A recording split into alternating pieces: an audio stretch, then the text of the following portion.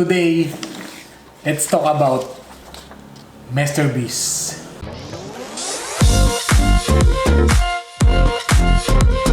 Narinig nyo na siguro that he's been facing some criticism sa kanyang recent humanitarian effort, particularly for building 100 wells and making donation to communities in need in Africa. Pero, ang pag-cancel ba sa kanya ang tama nating dapat gawin? It's crazy canceling MrBeast for doing something positive while they haven't done anything. Lalo na yung mga ngawa ng ngawa. Wala namang nagawa. So alamin natin why MrBeast deserve our support rather than condemnation. So hindi ko alam kung napanood nyo na yung kanyang latest vlog. Yung may title na I Built 100 Wells in Africa. Ito yun. This is the first of 100 wells we're gonna build in this video. Oh, water!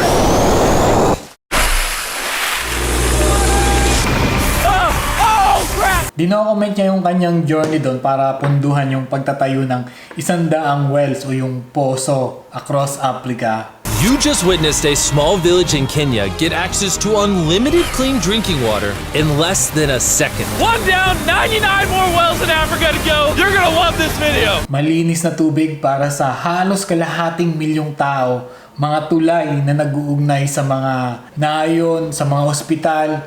Lives have been saved, families will come together, the worries will be gone.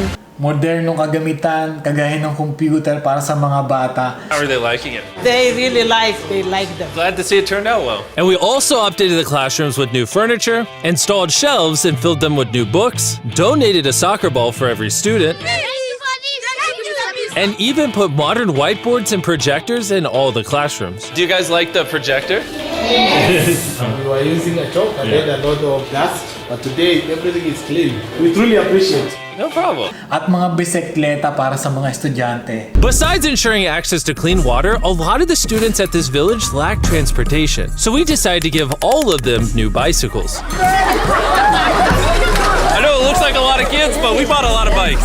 It's undeniably heartwarming and inspiring. Ang ipinaglalaban ng mga kritiko ni MrBeast, siya daw ay isang white savior o kaya yung demonic for his effort. However, the idea of a white savior implies that only people from a particular racial or ethnic group should be involved in humanitarian work. Para sa akin, ito ay isang baluktot na kaisipan. MrBeast's intentions are pure, his actions are making a difference, and his platforms allows him to reach millions of people. He's using his privilege for good, and that should be commended, not cancelled. Ang pagtulong sa kapwa ay hindi naman masama. It doesn't matter kung may camera man yan o wala. Basta ang halaga, malinis yung iyong intention. Nasa puso mo, nandun yung makatulong ka sa isang tao, lalong-lalo na dun sa mga nangangailangan. A pump can pump 5,000 liters every hour. Basically, it's unlimited amount of water for this entire village. That's incredible. Naharap sa matinding kritisismo yung pamahalaan ng Kenya dahil kung nagawa ni MrBeast na magpatayo ng mga deep wells, tulay at magbigay ng mga computers sa mga eskwelahan, bakit hindi kayang aksyonan ng gobyerno nila? Thank you for the water. Oh, no problem. This thing can basically pump non-stop for 30 years. Sila dapat yung unang-unang makakagawa nun, di ba? You would think that having an effect of this magnitude would require the resources and funding of a large government, but that's not true. Solving this problem is possible and something humanity should all be putting effort in to fix. May mga bumatikos na, gaya ni Ferdinand Omonde, isang Kenyan journalist. Binatikos nila yung kanilang sariling pamahalaan. Ito mismo ay nagpapahiwatig na ang kritisismo ay dapat ituro sa ibang direksyon. Hindi sa isang philanthropist, si MrBeast, who is using his platform for good.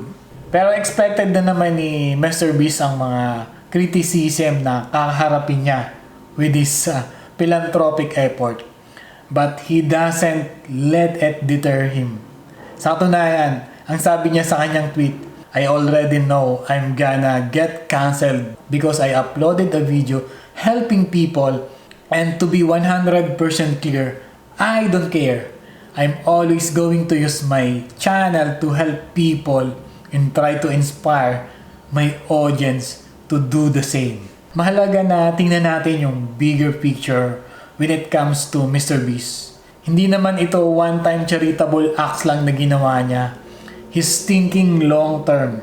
Kung nasusubaybayan niyo yung mga tweet niya back in 2020, lagi niyang sinasabi na it is his profound commitment to using his platform to open hundreds of homeless shelters and food banks, promising to give away all the money. We have thousands of boxes like this full of meat. Kakanin mo nga ba naman yung ganun kalaking pera na pumapasok sa kanya, di ba? Itulong mo na lang. Hindi siya interested living in a materialistic life. Nakapokus siya on making a lasting difference. I'm just focused on making the best videos possible, period. I don't care about making money. I don't care about time. I don't care about anything. I just want to make the best videos on the planet.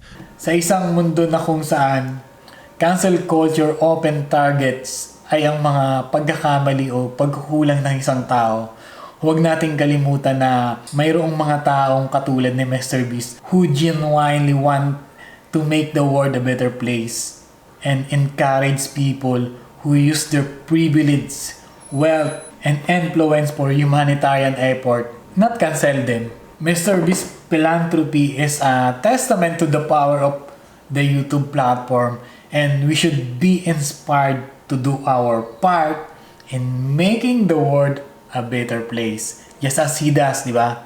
So let's not cancel MrBeast. Dapat lang na ipagdiwang natin his unwavering commitment to doing good. What's the secret of success? To be honest, just find something you love doing and do it for a long period, and eventually you'll succeed.